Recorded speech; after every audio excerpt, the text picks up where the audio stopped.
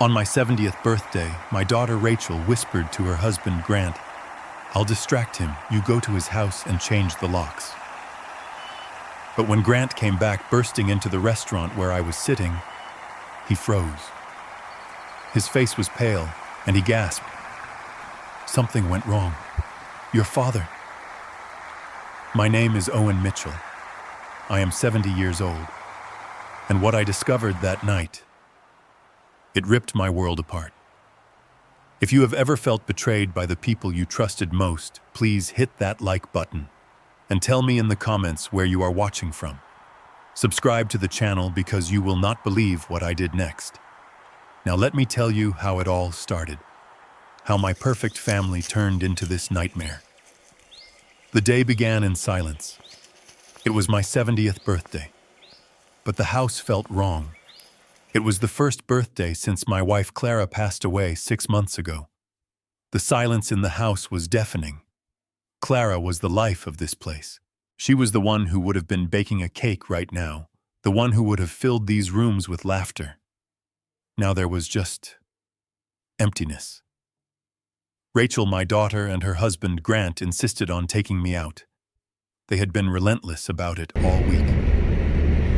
"Dad, you can't sit alone on your 70th, Rachel had said on the phone, her voice dripping with that fake sugary concern I was starting to notice. They wanted to go to Vivid. It was some new flashy restaurant downtown, the kind of place with loud music and tiny portions of food arranged on giant square plates. I hated it already. I told them I would rather just go to the Oak Barrel, the quiet steakhouse down the street. It was our place, mine and Clara's. We had celebrated every anniversary and every birthday there for the last 40 years. It was tradition. "Oh, Dad, that place is so stuffy," Rachel complained. "It's depressing. We want to celebrate you. Vivid is where everyone goes. It's impossible to get a reservation." But Grant pulled some strings. Pulled strings. Of course he did. Grant was always about appearances, always about showing people what he could get. So I agreed. I agreed because it was easier than arguing. I agreed because in the fog of grief since losing Clara, I had just been agreeing to everything. It felt like I was moving underwater while the world sped up around me. They arrived at my house at 7 p.m. Rachel looked beautiful in a tight black dress, but her eyes were restless, darting around. Grant was already checking his phone the moment he stepped through the door. "Happy birthday, Dad," Rachel said. She gave me a quick, cold hug that felt like brushing against paper. I went to the hall closet to get my coat. The good one. The wool coat Clara had bought me for our last anniversary. I ran my hand over the sleeve. It still faintly smelled of her perfume, or maybe I just imagined it. As I was putting it on, Grant sighed loudly from the foyer. A big, dramatic sound. "Damn it!" Rachel looked at him, instantly alert. What's wrong?" "It's work," he said, waving his phone like a flag. "This idiot on the West Coast team is about to blow the Apex deal. I have to take this call. It's urgent." I didn't even know what the Apex deal was. I didn't care. He looked at Rachel, then at me, putting on his best sorry face. "Owen, I am so sorry. Look, you two go ahead. Get a good table. I'll drive separately. I'll join you as soon as I put out this fire. I promise." I just nodded. I didn't care. I didn't even want to go. "Fine, Grant. Handle your business." He nodded, looking relieved. Too relieved. He and Rachel walked toward the front door. I turned back to the closet mirror to straighten my collar, annoyed that I was even going. And that's when I heard it. The front door was still open. They were standing on the porch just outside the doorway. They must have thought I was out of earshot, lost in my old man routine. It wasn't a shout. It was a whisper. Rachel's voice, sharp and conspiratorial, cut through the quiet night air. "Okay, good," she whispered. "Happy birthday, Dad," she said, but she was talking to Grant, not to me. "I'll distract him for at least 2 hours. You go to his house and change the locks. Simon is waiting for you there." My blood turned to ice. I stopped breathing. The coat suddenly felt like it weighed 1,000 pounds. Changed the locks. My house, Simon. That was Grant's father, Simon Mitchell. He was a retired locksmith, spent his days tinkering in his garage. Why was Grant's father meeting him at my house? To change my locks. It made no sense. This was the house I built with my own hands. The house I brought Clara to as a bride. The house where we raised Rachel. The house I planned to die in. My heart wasn't just dropping. It was pounding. A hard, cold rhythm of betrayal. They thought I was just a sad old man lost in his grief. They thought I was deaf. They thought I was stupid. I stood there hidden by the hallway door for a long second. My first instinct was to burst out to scream, "What the hell are you talking about?" But 40 years as a general contractor dealing with shady subcontractors and lying clients taught me one thing: never show your hand until you see theirs. Never let them know what you know. If they were playing a game, I would play it better. I took a deep breath, composed my face into one of simple, sad confusion, and walked out into the foyer. Rachel turned, her smile plastered back on. "Ready, Dad?" I looked past her at Grant, who was already walking briskly to his car. "Everything all right?" I asked. "Just fine, Owen," Grant called back. "Just work. I'll see you there soon." I watched him get into his BMW and speed away, not in the direction of his office, but in the direction of my house. "Okay," I said, turning to Rachel. I forced a weak smile. "Let's go. I'm looking forward to this. Vivid." She linked her arm through mine, and I could feel the tension in her grip. She was a terrible liar, and I, her father, was about to become a much, much better one. I stepped back out of the hallway, pulling the coat on deliberately, letting my hands tremble just a little. I fixed my gaze on the empty space where Grant's car had been. "You know," I said, my voice intentionally frail, my hearing must be going. Rachel, who was holding the door open, froze. Her smile tightened. "What do you mean, Dad?" "I thought I heard you say something about changing locks at my house."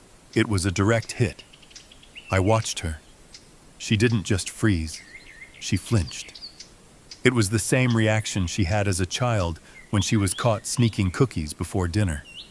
Grant, who was halfway down the walkway, stopped dead in his tracks. He turned around slowly. The look they exchanged lasted only a second, but it was a lifetime of shared guilt. Then came the performance. Rachel burst into laughter. It wasn't her real laugh, not that warm, deep laugh she shared with Clara. This was a high-pitched, frantic sound. "Oh, Dad, you really are getting old," she chirped, rushing over to pat my arm. "You completely misheard me." "I did. I asked, playing the part of the confused old fool." "Completely," she insisted, her eyes wide and overly sincere. "I didn't say change locks at your house. I told Grant he needed to check the locks at our house. You know, our new alarm system." Grant, sensing his cue, hurried back up the walkway. He put on his concerned son-in-law face, the one I'd seen so many times at the hospital during Clara's final weeks. It was a good mask. Polished. "That's right, Owen," he said, his voice smooth as oil. "Rachel's right. Just a security check. We were just saying how you've been so worried about security ever since. You know, ever since Mom passed. We've been worried too. About our place." It was brilliant in its own sick way.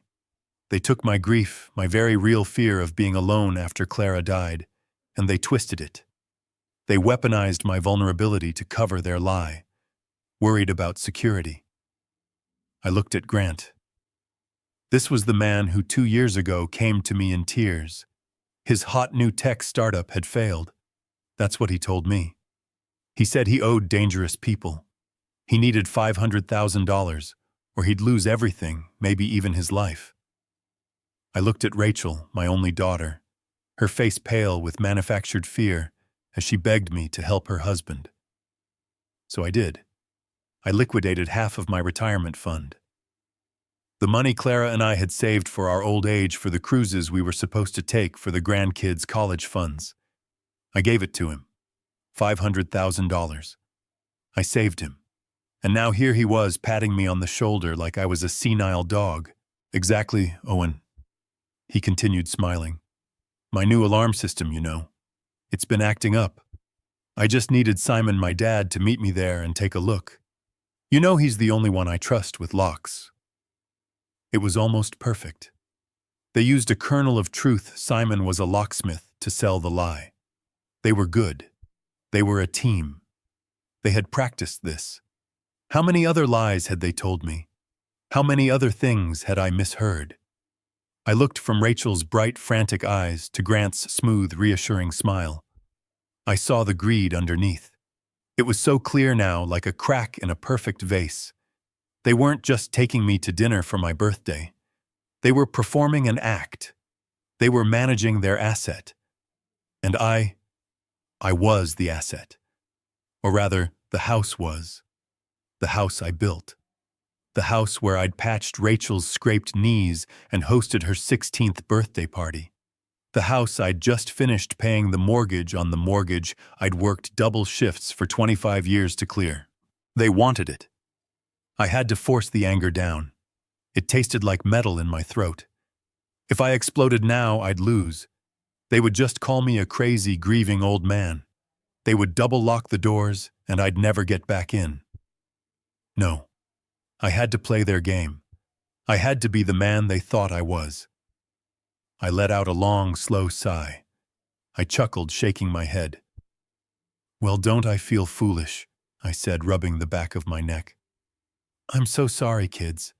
My hearing, it's just not what it used to be. Check locks, change locks. It all sounds the same to this old man. The relief that washed over their faces was instantaneous. It was sickening. No worries at all, Dad, Rachel said, linking her arm through mine again. Her grip was tight, proprietary. That's what we're here for, to take care of you. Now let's go get you that birthday dinner. You deserve it. You're right, I said. I certainly do. Grant gave me one last reassuring pat on the shoulder. I'll see you at the restaurant, Owen. Don't worry about a thing. He got back in his car and drove off. I watched him go, the lie hanging in the air between us. I knew they were lying. The explanation was too quick, too rehearsed. They were coordinating. I let Rachel lead me to her car. The chill I felt had nothing to do with the evening air. It was the cold, hard realization that my children, my only daughter, were not just lying to me. They were plotting against me. I got into the passenger seat, the smell of her expensive new car leather filling my lungs. I buckled my seatbelt, my hands steady. It's so nice of you to do this for me, sweetheart, I said, turning to her with the saddest, most grateful smile I could muster. She smiled back, her eyes shining with victory. Anything for you, Dad. The trap was set, but I wasn't sure who was the mouse and who was the cheese. The drive to the restaurant was the longest 15 minutes of my life. The interior of Rachel's luxury SUV, the one I'd helped her buy after her last car emergency, felt small, suffocating. The silence was heavy, thick with the words I'd overheard on the porch. Rachel, true to her word, tried to distract me. She chattered. My God, how she chattered. It was a waterfall of nonsense, a frantic attempt to fill the air so I wouldn't have time to think.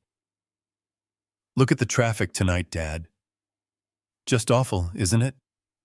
I read an article that said this city has the worst congestion since 2019. I just nodded, my eyes fixed on the windshield. And the weather. Can you believe this humidity in October? My hair is just ruined. I bought this new serum, but it just doesn't work. Maybe I should. I tuned her out. I looked at my daughter, my little girl Rachel. Her knuckles were white on the steering wheel.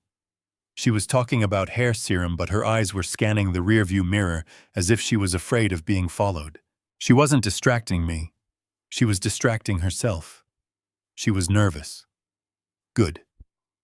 She had every reason to be. We finally arrived at Vivid. It was worse than I imagined. The entrance was a purple neon archway. The music hit us before the door even opened, a heavy pounding thump, thump, thump that I felt in my chest. Inside it was dark. It took my 70-year-old eyes a full minute to adjust. It was packed with young people in expensive clothes all shouting at each other over the noise. "Isn't it fantastic, Dad?" Rachel yelled over the din, smiling brightly. "It's vivid," I said. A hostess led us to a tiny table wedged between a fake indoor waterfall and a speaker. The menu didn't have prices, it just had descriptions. Deconstructed scallop foam. Essence of beetroot. I missed the oak barrel so much I ached. Rachel, however, didn't even look at the menu. She sat down, and the first thing she did was slide her phone out of her purse and place it in her lap screen up beneath the edge of the table. The distraction continued. "We should order the tasting menu, Dad. Grant says the chef here is a genius. He trained in somewhere in Europe. Spain, I think." "That's nice, sweetheart." I watched her hands. Her thumb swiped, swiped, swiped, checking messages, waiting for a text. I pictured Grant and his father Simon at my house right now. Were they drilling the lock? Was the alarm going off? I had set that system up myself, wired it directly to the local police dispatch. Grant didn't know that. A young waiter appeared. Rachel ordered a bottle of wine, the most expensive one naturally, and that deconstructed nonsense. I just asked for water. "Just water, Dad," she asked, her concern painted on. "Are you feeling okay?" "Just thirsty," I said. The waiter left. The music pounded. Rachel kept glancing at her lap. Her leg was bouncing under the table. Thump, thump, thump. Then the conversation stopped. The frantic energy she had used to chatter about the weather suddenly vanished. She put her phone face down on the table, a deliberate, practiced move. She was changing tactics. She leaned forward, her expression shifting to one of deep, profound concern. This was the real performance. "Dad," she started, her voice now soft and serious. I've been really worried about you." I just looked at her. "No, really?" She insisted, placing her hand on her chest. "Ever since Mom, well, you're all alone in that huge house. It's just so big for one person, isn't it?" There it was, the bait. "It's quiet," I said, my voice rough. "It's empty, Dad. That's what it is. And Mom wouldn't want you rattling around in that empty place all alone. She would want you to be safe. She would want you to be taken care of." She used Clara. She used the memory of my wife as a crowbar to pry me from my home. The anger was so hot, so sudden, I almost choked on it. I had to clench my fists under the table to stop my hands from shaking. I looked down at my water glass. "It's empty," I repeated, my voice barely a whisper. "But it's my home. It's where it's where it's all I have left of her." I let a little tremor enter my voice. I let her see the grieving old man she and Grant had whispered about. It worked. She saw the opening and she took it. She leaned in closer, grabbing my hand across the table. Her grip wasn't gentle. It was possessive. Her nails dug slightly into my skin. "But maybe it's time, Dad," she whispered, her eyes shining with a predatory light I'd never seen before. "To think about downsizing." She squeezed my hand. Maybe it's time you moved in with us. We have that lovely guest room downstairs. You wouldn't have to worry about anything. No maintenance, no empty rooms. We could take care of you." This was it. This was the play. It wasn't just a suggestion. It was the sales pitch. They weren't just changing the locks. They were planning to move me out. I looked at her hand on mine, then up at her hopeful, greedy face. And I knew Grant must have texted. He must have given her the all clear. They thought they had already won. I looked at her hand, this hand that I used to hold when she was a little girl crossing the street. Now it felt like a trap. I let my own hand go limp, playing the part of the defeated old man. "Move in with you," I said, my voice just a low murmur. "Oh, Rachel, that's a big step. I don't know." She squeezed my hand harder. "Just think about it, Dad. No more worries. No more big empty house, just family." Right then, as if summoned by the devil himself, her phone, which was still face down on the table, began to vibrate. It wasn't just a quiet buzz. It was an angry rattling sound that made the water in my glass tremble. Rachel's smile didn't just fade. It shattered. She stared at the phone as if it were a snake. The caller ID must have been Grant's.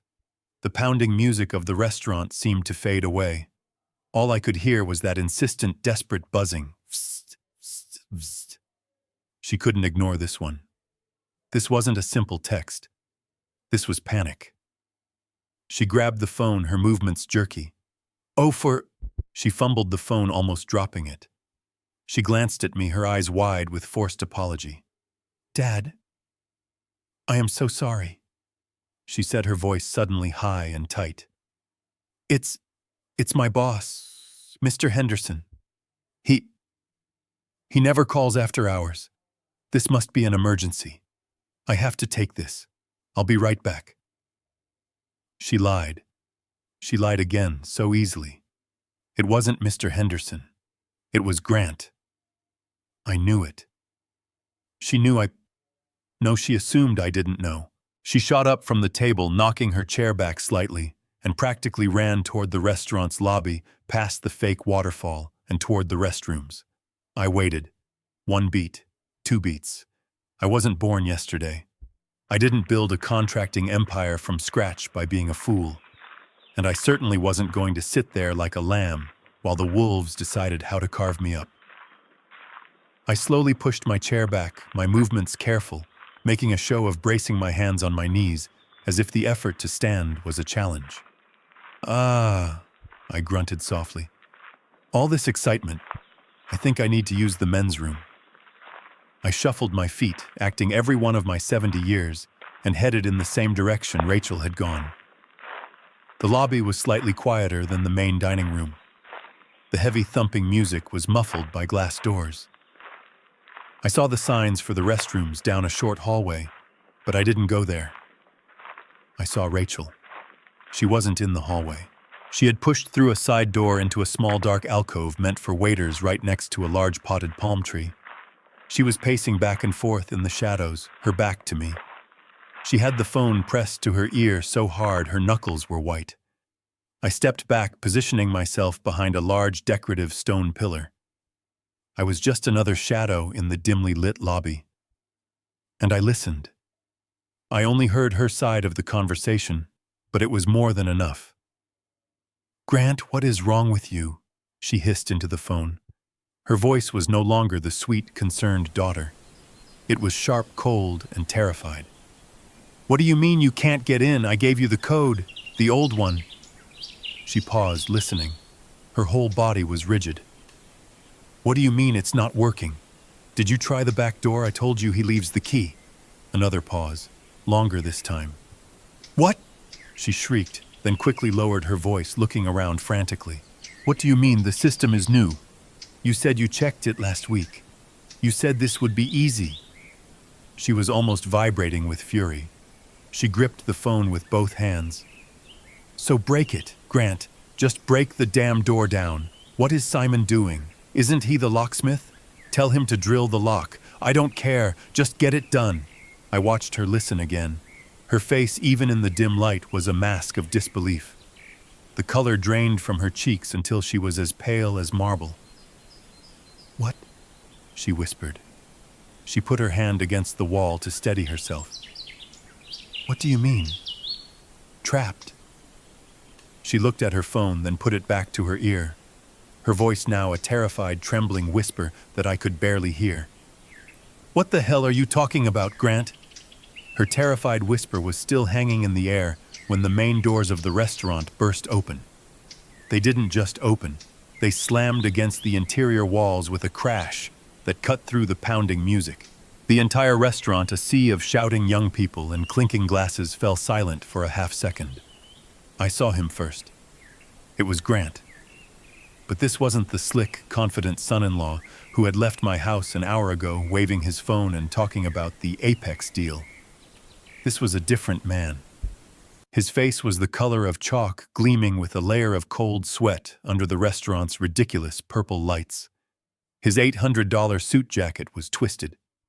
His tie was pulled loose, his top button undone. He looked like he'd just run a marathon. He didn't see me. He didn't see our table. His eyes were wide, scanning the room with pure animal panic. Sir, you can't," the young hostess said, trying to intercept him. He shoved right past her. He didn't push her, but he moved through her path as if she were a ghost, his eyes locked on the alcove where Rachel was hiding. He stumbled past the indoor waterfall, his expensive shoes slipping on the damp tile, and lunged toward the potted palm. Rachel was still on the phone, her back to the room. "Grant, answer me. What do you mean?" "Rachel," he gasped. She spun around, dropping the phone. It hit the floor with a clatter. "Grant, what are you doing here? What happened?" He grabbed her by the arms. His knuckles were white. He was panting, his chest heaving so hard he could barely speak. "It's bad," he wheezed, shaking his head. "Rachel, it's bad. Something went wrong. It went horribly wrong." I watched them from behind the pillar. Two conspirators, their perfect plan dissolving into chaos. Rachel's eyes were frantic. She grabbed the front of his shirt. "What did you do? Did you get the locks changed? Is it done?" Grant shook his head, his eyes squeezed shut, as if he was in physical pain. "No," he practically shouted, his voice cracking and high-pitched. "I couldn't. The code," and it didn't work. "The system. It's not what we thought." "What about Simon?" Rachel hissed, shaking him. "What about your father? He's the locksmith. Tell him to drill it. I told you to just break the door down." "I can't," Grant wailed. He finally opened his eyes, and what I saw in them was pure, undiluted terror. Rachel, he's what?" Grant spitted out. "He's trapped." Grant finally yelled the word tearing out of his throat. "The locksmith, Simon, my dad, he's trapped inside the house. The new security system. It locked him in, the alarms are going off. The cops are on their way." That was it. That was the moment. The final piece of the puzzle slotted into place. They weren't just checking locks. They were actively breaking in. And they had failed so spectacularly they had managed to get Grant's own father arrested in the process. I stepped out from behind the stone pillar. I didn't rush. I didn't run. I just walked calmly out of the shadows, my old work boots making no sound on the polished floor. I stepped into the narrow entrance of the alcove, blocking their only exit. I said nothing. I just stood there, letting them see me. Rachel was the first to notice. Her frantic questions to Grant died in her throat. Her hand flew to her mouth. Her eyes widened until I thought they would pop from her head. Grant, seeing the look of horror on his wife's face, spun around. His mouth fell open. The color, what little he had left, drained from his face. They both just stared. If I had risen from the dead right there in the middle of that tacky restaurant lobby, they could not have looked more terrified. They weren't just caught. They were caught by the confused old man they thought was safely 2 miles away, being distracted by deconstructed scallops. They knew. In that one silent, terrible moment, they knew that I knew. I stepped out from behind the pillar. The world seemed to lurch into focus. Their faces, frozen in a silent scream of discovery, were lit by the tacky purple glow of the indoor waterfall. They looked like criminals caught in a spotlight. I didn't raise my voice. I didn't have to. I let the cold fury do the work. "My father?" I asked. My voice cut through their panic like a razor. Grant just stared at me, his mouth opening and closing, making no sound. "My father, Grant," I repeated, taking one slow, deliberate step toward him, "has been dead for 30 years. He's buried in the plot right next to Clara." I let that sink in. "So I want you to explain to me very clearly what in God's name you are talking about." Rachel made a small strangled sound like a dying animal. "Dad, you don't understand." "No!" Grant suddenly yelled, finding his voice. It was a desperate cracking shriek that turned the heads of the hostess and a few people in the lobby. "No, not your father, my father, Simon, my dad, Simon. He's trapped." "Trapped where, Grant?" I asked, keeping my voice dangerously calm. At your house." He stammered, the words tumbling out in a frantic rush. He was helping me with the locks." "The locks?" I pressed, relentless. "I thought you were checking the locks at your house. That's what Rachel said."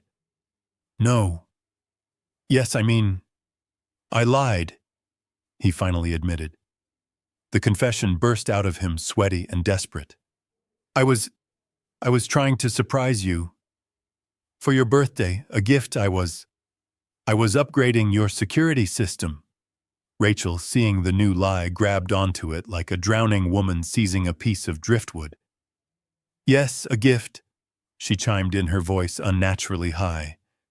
"Grant was installing a new top-of-the-line system for you, Dad. To keep you safe, he wanted it to be a surprise." A surprise. They were breaking into my house with a locksmith as a surprise. The sheer breathtaking audacity of it almost made me laugh. "So," I said, my voice flat, "you hired your father, a locksmith, to break into my house as a gift?"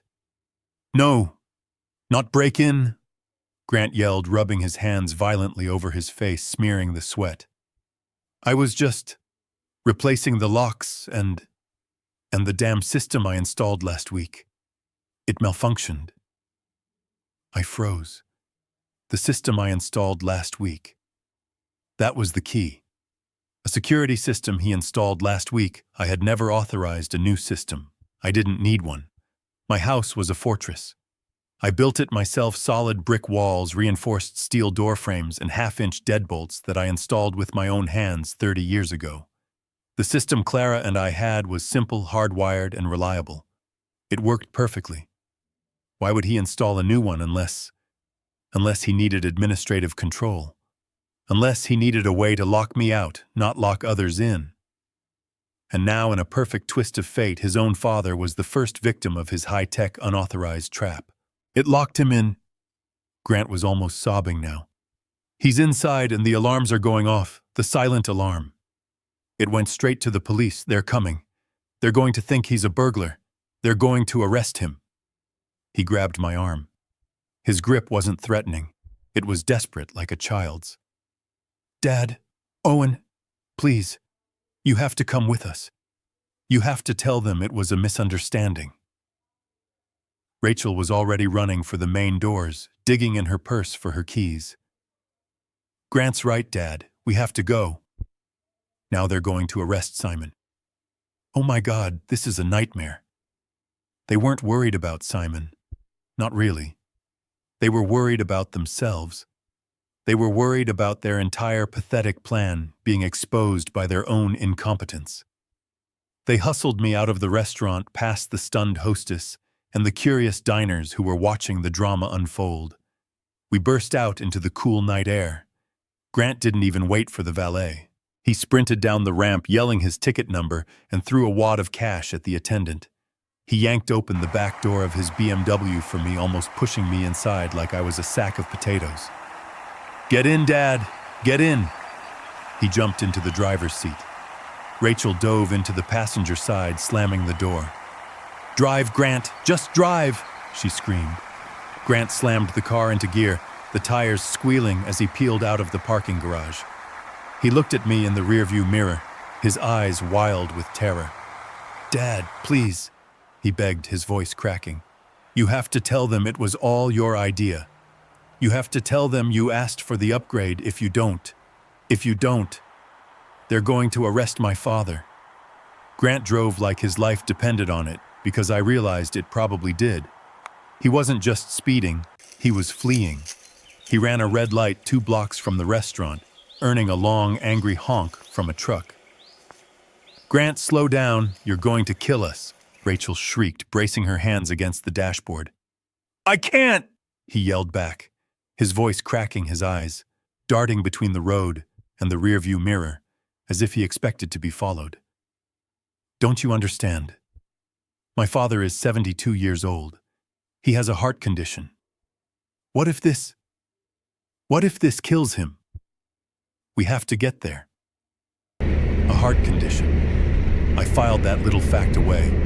It was another layer of manipulation, another lever for him to pull. He wasn't worried about Simon's heart. He was worried about what Simon, cornered and humiliated, would say to the police. I remained completely silent in the back seat. I was no longer a father-in-law. I was a hostage. I was the key to their entire pathetic charade. They needed me.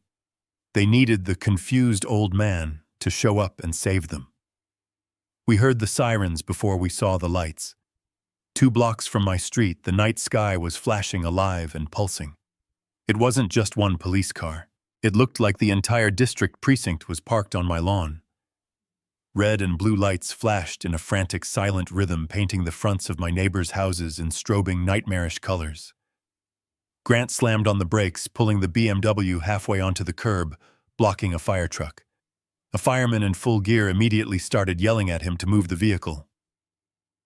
Oh my God, Rachel whispered, her hand covering her mouth.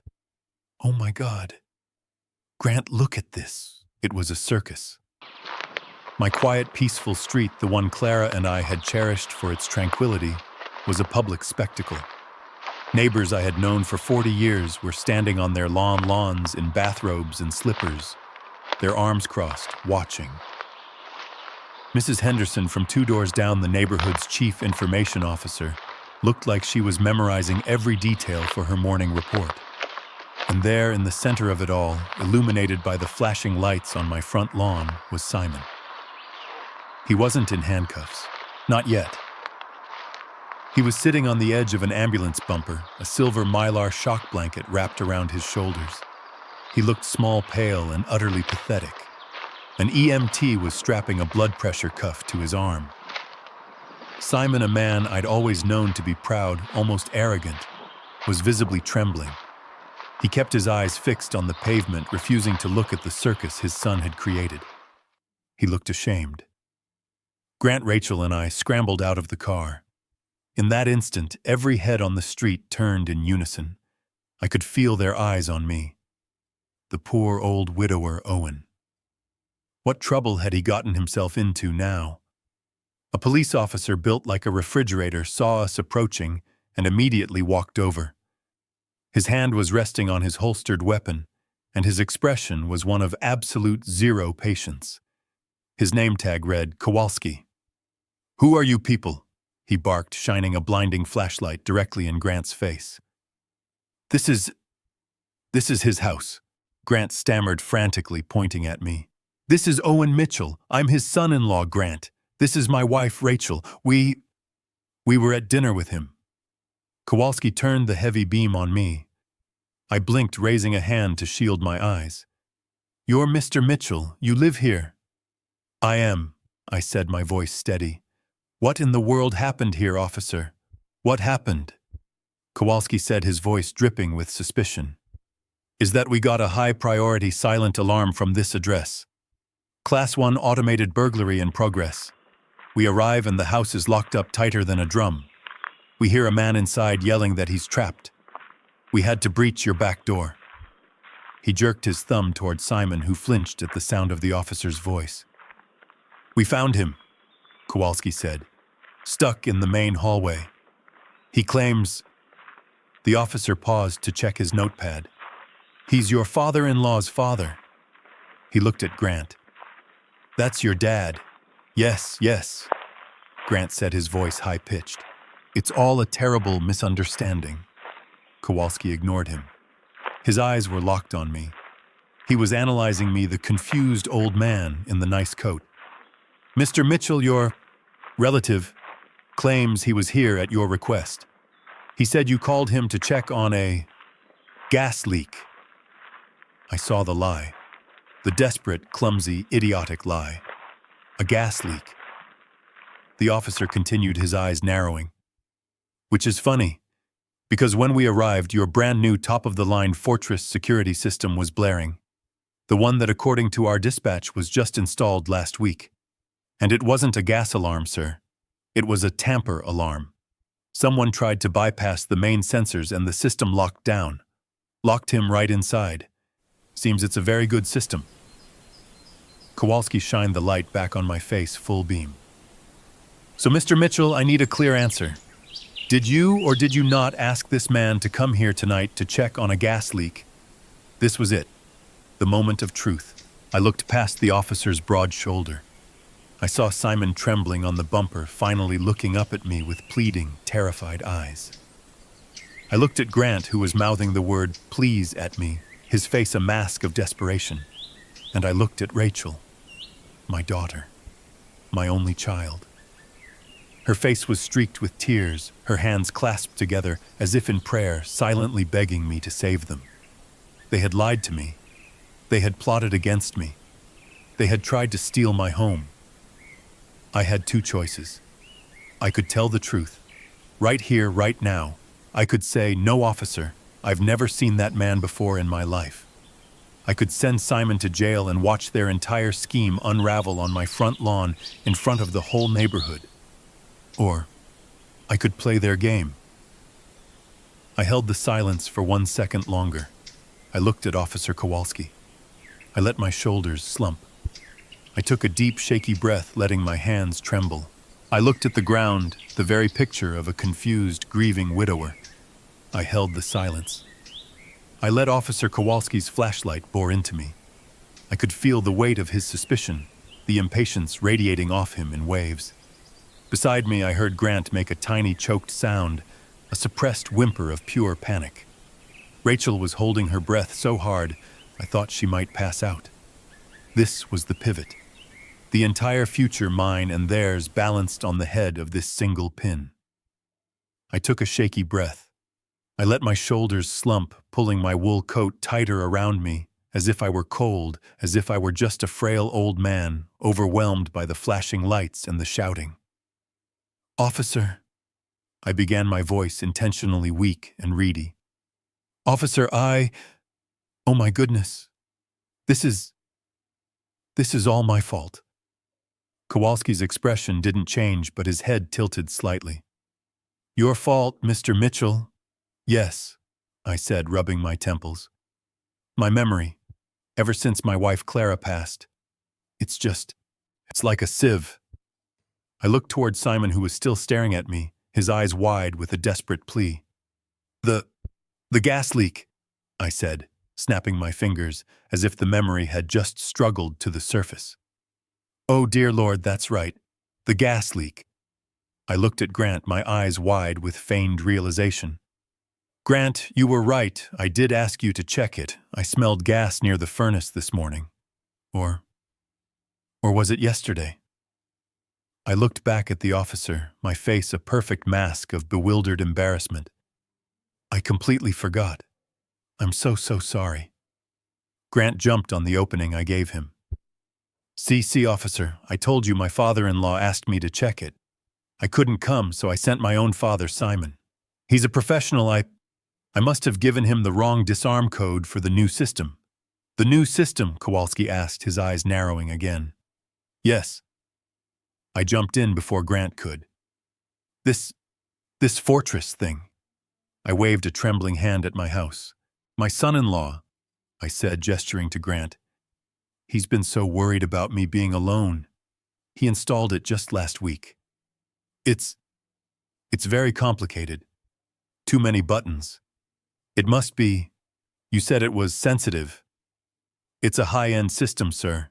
It locks down on a tamper attempt.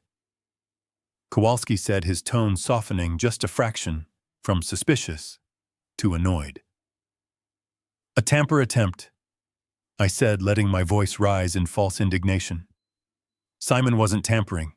He was just trying to get in to check the gas, just like I asked. Oh, this is dreadful. Simon, are you all right? I shuffled past the officer, ignoring him for a moment, and went to the ambulance bumper. Simon looked up at me, his face a mixture of profound relief and utter humiliation. I'm fine, Owen. Just a bit shaken. The alarm, it was so loud inside. I am so sorry, I said, patting his arm. My fault. All my fault. I turned back to Officer Kowalski. So you see, officer, it was just a terrible mix-up. An old man's faulty memory and a new overly sensitive alarm. I feel just awful for wasting your time. Kowalski sighed, a long, deep, exasperated sound. He finally clicked off his flashlight. The sudden darkness was a relief. He put his notepad away. Mr. Mitchell, he said, and I could hear the exhaustion in his voice. Next time you think you smell gas, you call 911. You let the fire department handle it. And before you have family come over to fix things, make sure you write down the correct alarm code for them. You're lucky your relative didn't get hurt. Or worse. I will, officer. I promise. Thank you, I said, my voice full of gratitude. He nodded curtly. All right. We're clear here. We'll have the fire department finish their sweep, and then you can all go back to whatever you were doing. He turned and walked away, signaling to his fellow officers. The show was over. The moment he was out of earshot, I heard 3 distinct simultaneous sounds, the whoosh of air as Grant, Rachel, and Simon all exhaled the breath they had been holding for the last 5 minutes. It was the sound of victory, their victory.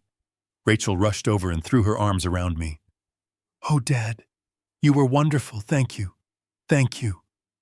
She was crying real tears, now tears of pure, unadulterated relief. Grant came up, his false bravado returning, and clapped me hard on the shoulder. Whew, that was close, huh? See, Dad, just like I said, a misunderstanding. He leaned in, his voice dropping. It was that new system. Must be a glitch in the sensors. I'll call the company tomorrow and have them fix it. He was still lying right to my face even after all this.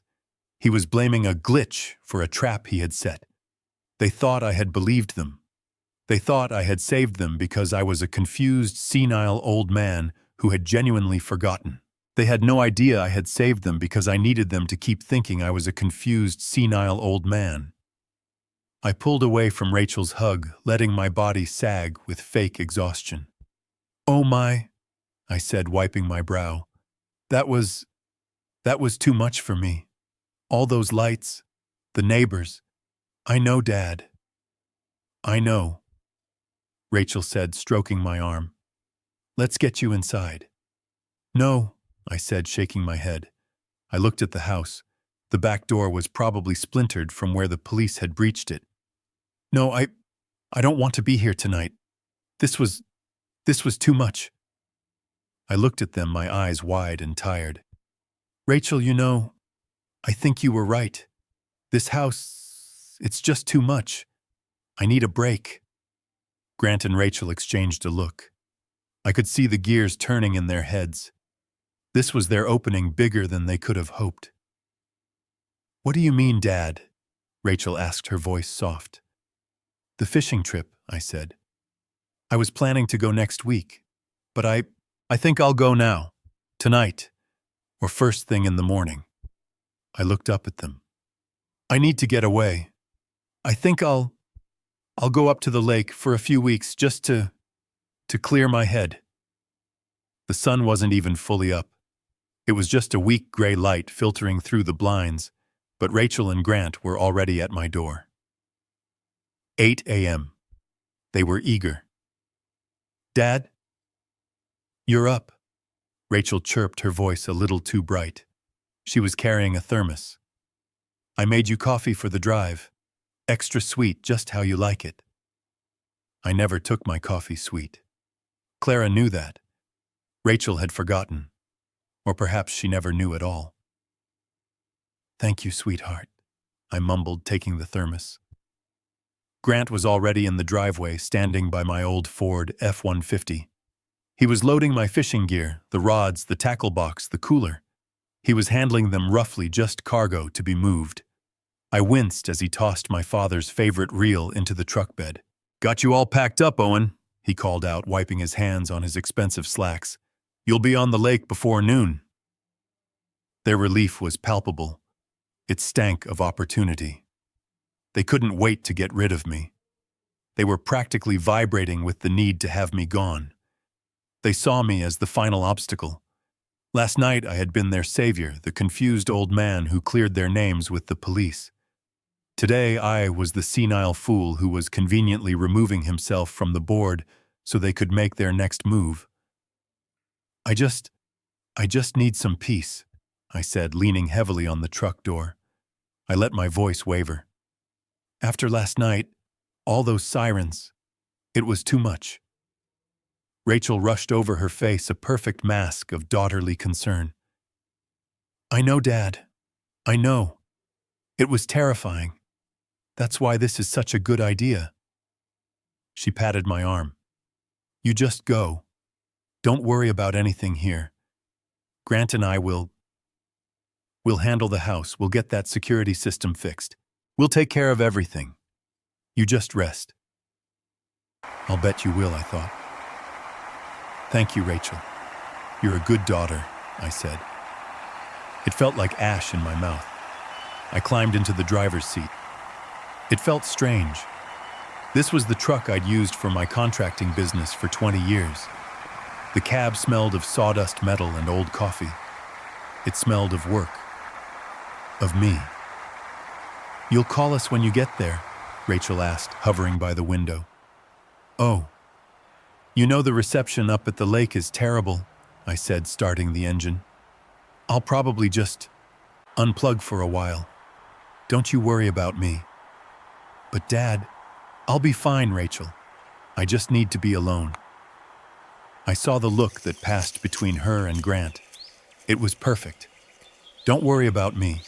It was exactly what they wanted to hear. "Okay, Dad," she said, stepping back, her smile bright and triumphant. "Be safe. We love you." "I love you too," I said. I put the truck in gear and pulled away from the curb. I looked in the rearview mirror.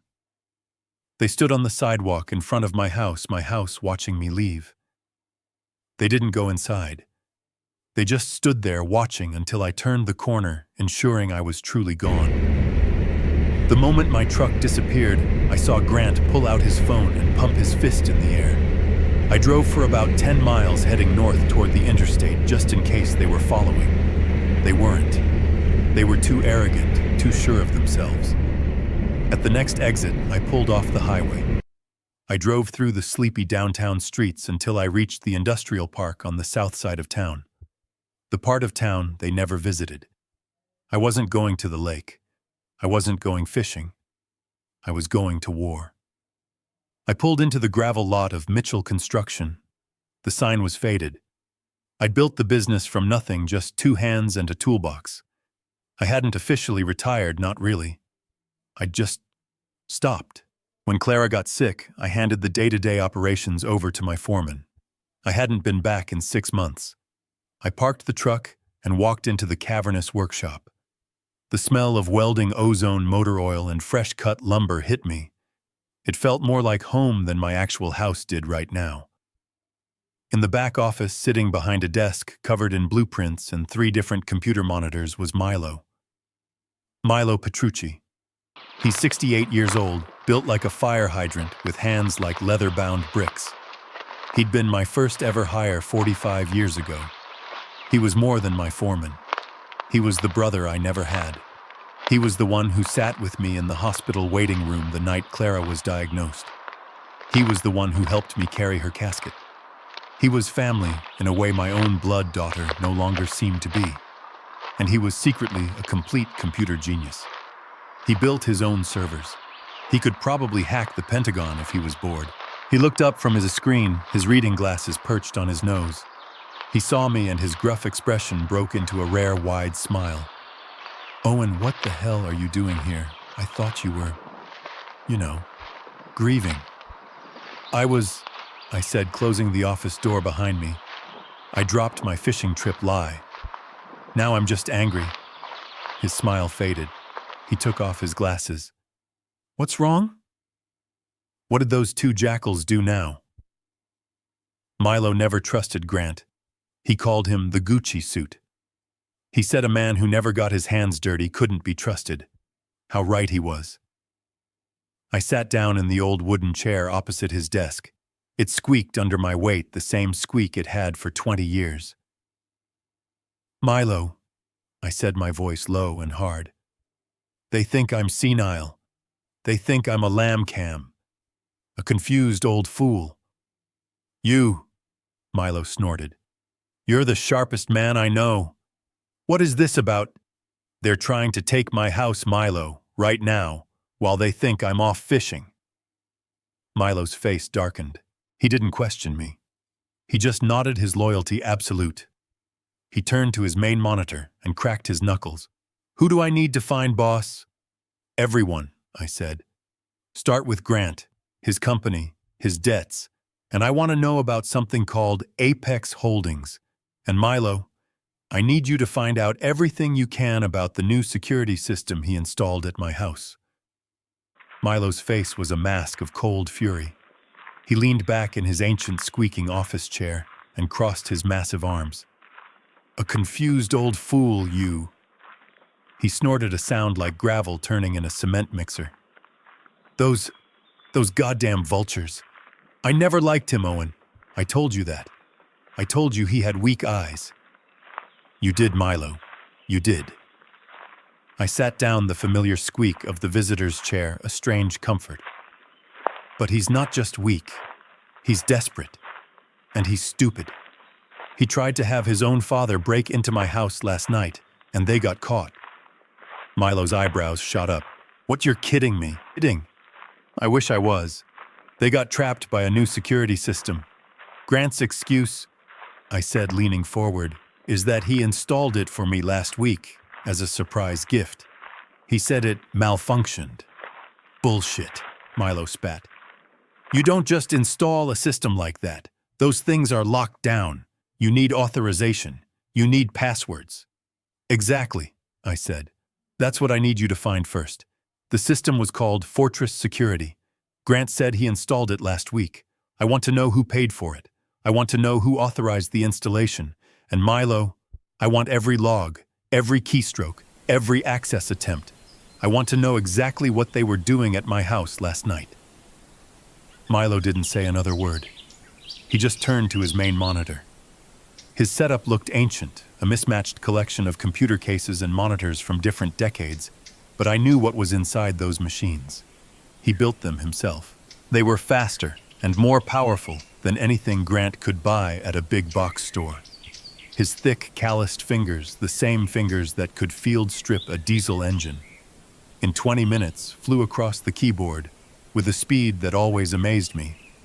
The only sound in the office for the next few minutes was the rapid clack, clack, clack of the keys and the hum of the servers stacked in the corner. "Fortress Security," he muttered to himself, his eyes scanning the screen. "Okay, they're a big-time national outfit, based out of Atlanta, top-of-the-line gear, not cheap." "He wouldn't spare any expense," I said bitterly. "Not when he's spending my money." "You got that right," Milo grunted. "Okay, I'm in their commercial accounts portal. This is sloppy work, Grant. He used his own name for the service inquiry. What an amateur." I watched the screen, though I couldn't follow what he was doing. He had 3 different windows, open lines of code scrolling past. "Got it," he said, his voice hardening. "Here's the work order. Installation at your address. Date, 8 days ago. Just like he said. Premium home protection package. Cost, $4,000. Paid by one guess," Milo said. He clicked and a digital receipt appeared. Billed to a corporate card. Apex Holdings. My blood ran cold. Apex. He used the company card. He's arrogant, Milo said. Or stupid. Probably both. He kept digging, his brow furrowed. Okay, so he paid for it. But he can't just order and install at a property he doesn't own. He would need… here it is. The authorization form. The work can't start until the legal homeowner signs off. He couldn't have, I said. I was home all last week. No one came to me with a paper. He didn't need paper, Owen. Milo's voice went quiet. He stopped typing. He just stared at the screen. What is it, Milo? What do you see? He turned the monitor toward me. It was a digital form, a PDF filled out with all my information. My name, my address, my date of birth, my social security number. Dear God, how did he get my social? And there at the bottom in a box marked homeowner signature was my name. It was my signature. The same way I'd signed checks for 40 years. That familiar looping O and the sharp M. It was perfect. Milo, I whispered. He must have practiced. Copied it from a check. He didn't have to, Milo said, his voice grim. He pointed to a line of text at the very bottom of the document. See that signed via secured e-portal? This wasn't a scan. It was a digital signature. I don't understand, I said. I've never used a digital signature in my life.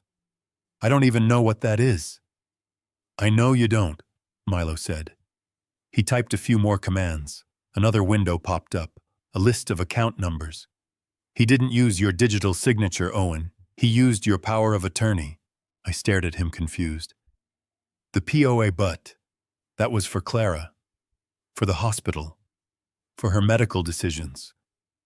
The one you signed when she got sick, Milo confirmed, his voice flat. The one that gave Grant as your secondary power over your financial and medical decisions if you were incapacitated. You never revoked it after she passed, did you? My stomach turned to lead. No, I said, the realization hitting me like a physical blow. I forgot. I forgot. He didn't, Milo said. He used that power of attorney to create a legal binding digital signature in your name. Then he used that signature to authorize the installation of the security system he wanted at your house. I stood up. I had to walk away. I paced to the small, grimy window of the office, looking out at the gravel lot. He had used my grief. He had used the moment of my deepest despair, the moment I was trying to save my wife, as a weapon against me. He had been planning this for months. So, I said, my back to him. He has a POA. He can sign as me. He can do anything. Not exactly, Milo said. The POA is for incapacitation. You're standing right here. It's fraudulent use. But the signature, it's legally yours. He authorized the system. I turned back to him, the anger now a cold, hard stone in my gut. I never signed that POA, Milo. Milo looked confused.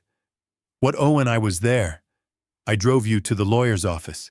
You signed it the day Clara went into the ICU. I signed a medical power of attorney, Milo, I said, my voice shaking. I remember. The lawyer, that cheap lawyer Grant recommended. He told me it was only for making medical decisions if Clara and I were both unable.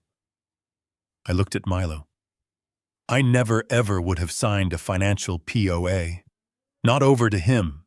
Not in a million years. Milo's eyes went wide. He turned back to the keyboard, his fingers flying. Owen, if that's true… He pulled up the digital authorization from the security company again. Then he pulled up another file. It was a scanned document. It was the power of attorney. There's your signature, Milo said. He zoomed in. And there, he pointed to the fine print on page 3, is the financial clause. Full authority over all banking trusts and real estate. It wasn't just medical, Owen. It was everything. I stared at the page. I remembered that day. The smell of the hospital, the blur of tears, Grant pushing papers in front of me saying, "Just sign here, Dad. It's for the doctors." And I signed. I signed without reading. I signed because my world was ending. He tricked me, I whispered. That son of a bitch, he tricked me while my wife was dying. Yes, Milo said, his voice a low growl. He did. He looked up at me, his eyes dark. This isn't just about a house anymore, Owen. This is fraud. This is elder abuse. This is a felony. I looked at the signature. My signature. On a document I never agreed to. He didn't just forge my name, Milo, I said. He forged my trust. Milo nodded. He did. And now we know how he did it. The next question is, why? He tricked me, I whispered the words thick with bile. He tricked me while my wife was dying.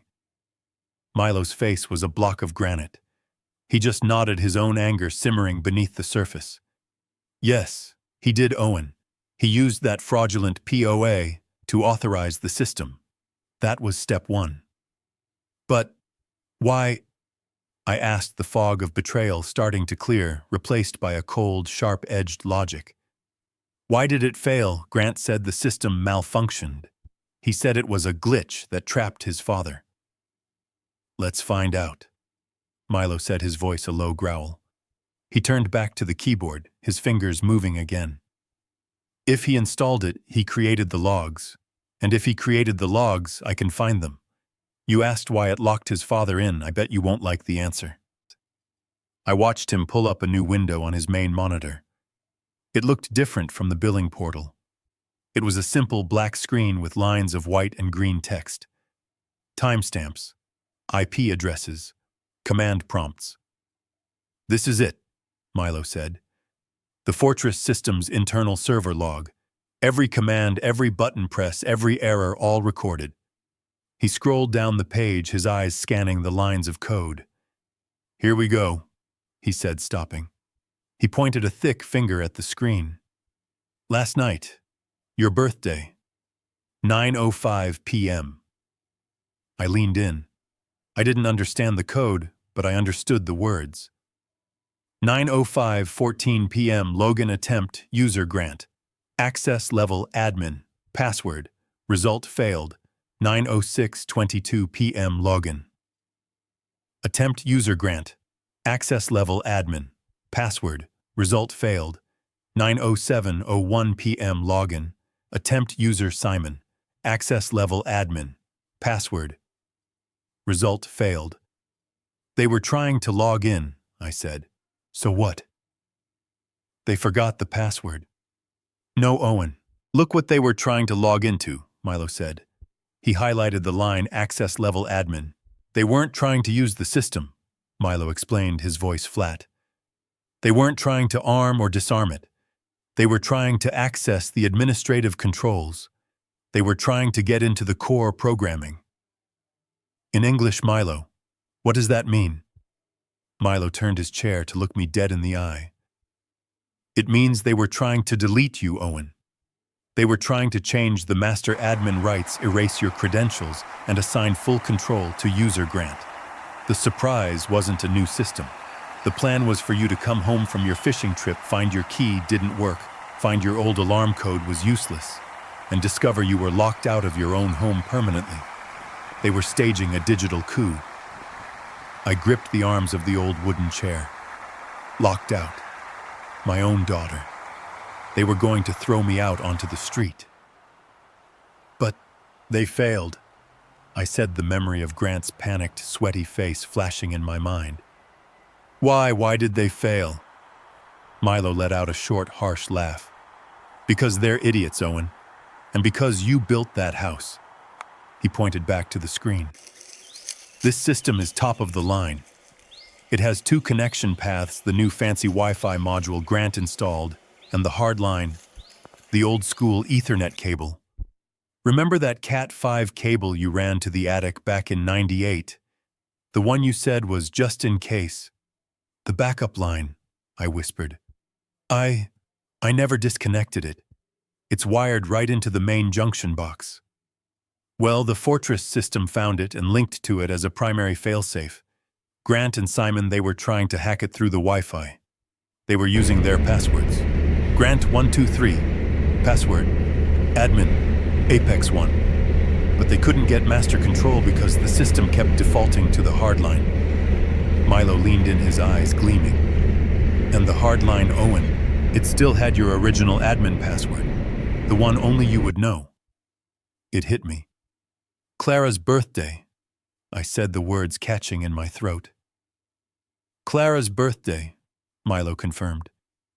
They tried 10 different variations of their own names. They never once thought to try hers. He scrolled to the bottom of the log. And here's the kicker.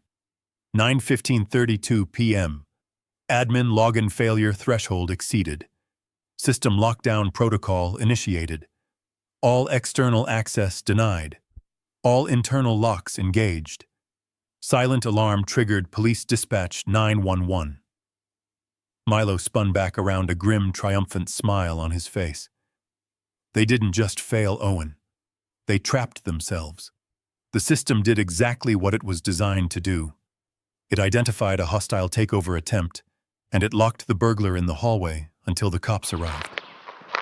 Grant was right about one thing. It wasn't a glitch. The system wasn't faulty. It worked perfectly. I sat back, the terrible, beautiful irony of it settling over me.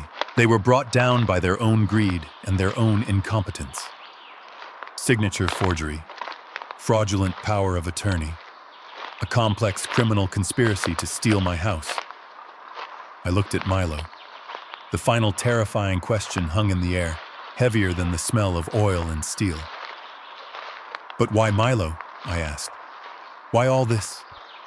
Why the desperation? The house is worth $2 million. Maybe. They'd get it eventually when I'm gone. Why risk prison? Why do all this right now? Milo's dark smile faded. He turned back to his keyboard. That, he said, his voice low, is what we find out next. This was never just about the house, Owen. This is about something much bigger. He opened a new browser window. I'm starting with Apex Holdings. Why? I asked again, the word hanging heavy in the dusty office air. Why now, Milo? I started pacing, the adrenaline from the discovery turning into a restless, burning energy. Think about it. The house is worth $2 million, maybe 2.5 on a good day. I'm 70 years old. I'm not going to live forever. Milo grunted, his eyes already scanning a new set of search results for Apex Holdings. They could have just waited, I said, the thought twisting in my gut. They'd get it eventually. Rachel is my only child. Why risk prison? Why go through this insane, complicated, stupid plan to steal something that would have been theirs anyway? Why the rush? Milo stopped typing and looked at me. Because they're not waiting for $2 million, Owen. They need something now. I ran my hands through my thin gray hair. They always need something. That's the story of their lives. I thought back. I thought about all the checks I'd written, all the emergencies I'd funded. As Milo's keyboard started clacking again, the memories flooded back, tasting like acid.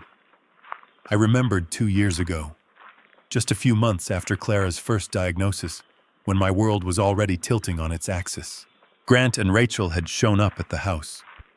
Not just sad, they were devastated. Rachel was in tears, her face puffy. Grant looked broken.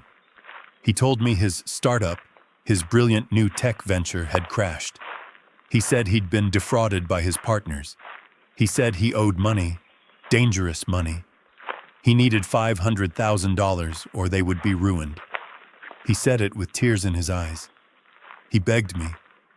And Rachel, my daughter, she held my hand and told me, "Please, Dad. He's a good man. He just trusted the wrong people. Don't let this destroy us." What was I supposed to do? My wife was in the next room just beginning chemotherapy. My daughter was hysterical. So I did it. I called my financial advisor. I liquidated half of my retirement fund. The money Clara and I had sworn we would use to see the world, to take that cruise to Alaska she always dreamed of. $500,000. Gone. I transferred it to Grant's account. I saved them. And what did they do with that second chance? A month later, they moved. They moved into a penthouse apartment downtown. The kind of place with glass walls and a doorman. They said it was a new start. I later found out I hadn't just paid off their debt. I had also paid the $100,000 down payment on that damn apartment. My sacrifices, my life's savings, they were just fuel for their lifestyle. And still, it wasn't enough. Apex Holdings, Milo muttered, pulling me from the memory. This is weird. It's a shell company, Owen. An LLC, formed 9 months ago. I can't see who owns it. It's buried under 2 other holding companies in Delaware. This is professional. This isn't Grant. He's not this smart. He's the chief financial officer, I said. He's a pawn, Milo corrected. He's the local face, but he's not the brain. Someone else is pulling these strings. But why your house? Why is your lot the target? I stopped pacing. Milo was right. It wasn't just about the house. It was about the land. My house sat on 2 acres. It was one of the original plots in Hillcrest before the area got trendy. It was prime. If it's about the land, I said, it's about the neighbors. I pulled out my old flip phone. Not a smartphone like Grant's, just a simple, reliable phone. I scrolled through the contacts. I hadn't called this number in almost a year, but I knew he'd pick up. Who are you calling? Milo asked. An old friend, I said. The phone rang 3 times, then a loud booming voice answered. Tom's Realty, you buying or selling? Hello, Tom, I said. It's Owen Mitchell. There was a half-second of silence, then a bellow of laughter. Owen, you old son of a gun, I thought you'd fallen off the face of the earth. How's Clara, is she? Oh, wait. Owen, I'm so sorry. I heard. My deepest condolences. I'm a damned fool. It's all right, Tom. Thank you. I said, the familiar ache returning for a moment. I'm just calling with a question if you have a minute. For you, Owen, I got all day. What's on your mind? Don't tell me you're finally selling that beautiful house of yours. My knuckles whitened on the phone. Something like that. I'm just curious. What's the market like in Hillcrest these days? I've been out of the loop. Tom laughed again, but this time it was the hungry laugh of a shark who smells blood in the water. Owen, what's the market like? Let me tell you, you didn't just call. You called at the exact right time. Your whole neighborhood isn't just on the market. It's exploding. You haven't heard about rezoning 7, have you? I looked at Milo. His fingers were poised over the keyboard, ready. No, Tom, I said, my voice steady. Tell me about rezoning 7. My knuckles were white on the receiver of my old flip phone. No, Tom, I said, my voice steady, betraying nothing. Tell me about rezoning 7. I heard Tom let out a low whistle on the other end of the line. Owen. Where have you been? Up at the lake already? It's the only thing anyone in my business has talked about for 6 months. The city council just pushed it through last Tuesday. It was controversial. A lot of backroom deals, if you ask me. What kind of deals? I asked, watching Milo's fingers fly across the keyboard as he typed rezoning 7 into his search bar. The big kind, Tom said, his voice dropping to a conspiratorial hush. They're rezoning that entire quadrant of Hillcrest, your neighborhood. It's no longer just residential. It's being reclassified for high-density commercial development. We're talking skyscrapers, Owen. A new corporate campus. My throat felt dry. A corporate campus. My quiet street. Clara's garden. But that's impossible, I stammered. The neighborhood association, Mrs. Henderson, they would never allow it. Tom let out a bitter laugh. The neighborhood association, Owen, they sold. All of them. They were bought out one by one over the last 8 months. All very quiet. All off-market deals. Mrs. Henderson sold 3 months ago for $5 million. Old man Peters, the one on the corner, he got 6. They all took the money and ran. All of them, I whispered. All of them, Tom confirmed. All, except one. The Keystone. The big one. The 2-acre plot right in the middle. He paused for dramatic effect. Your lot, Owen. You're the last holdout. I sank into the squeaky visitor's chair. I couldn't feel my legs. My lot. Owen, listen to me. Tom's voice was urgent now. There's a development firm, Apex Holdings. They're the ones behind it. They've consolidated the entire block. They have every single property, except yours. Without your 2 acres, their entire design fails. Your lot isn't just a part of their plan, Owen. It is the plan. It is the centerpiece. I thought about Grant and Rachel. Move in with us, Dad. We'll take care of you. The house is too big. They weren't trying to move me. They were trying to remove me. Tom, I said, my voice barely audible. What is it worth, my house? What is it really worth now? I heard him rustling papers. Look, your house, the structure. God bless Clara, it's beautiful, but it's worthless. They'll tear it down in 10 minutes. The land, Owen. The land is everything. Your $2 million lot. He paused again. Owen, the rumors on the street. The number I'm hearing. If you're the last piece of the puzzle, they're authorized to go as high as $20 million. The phone slipped. I fumbled at catching it just before it hit the floor. My hand was shaking so violently I could barely hold it. $20 million.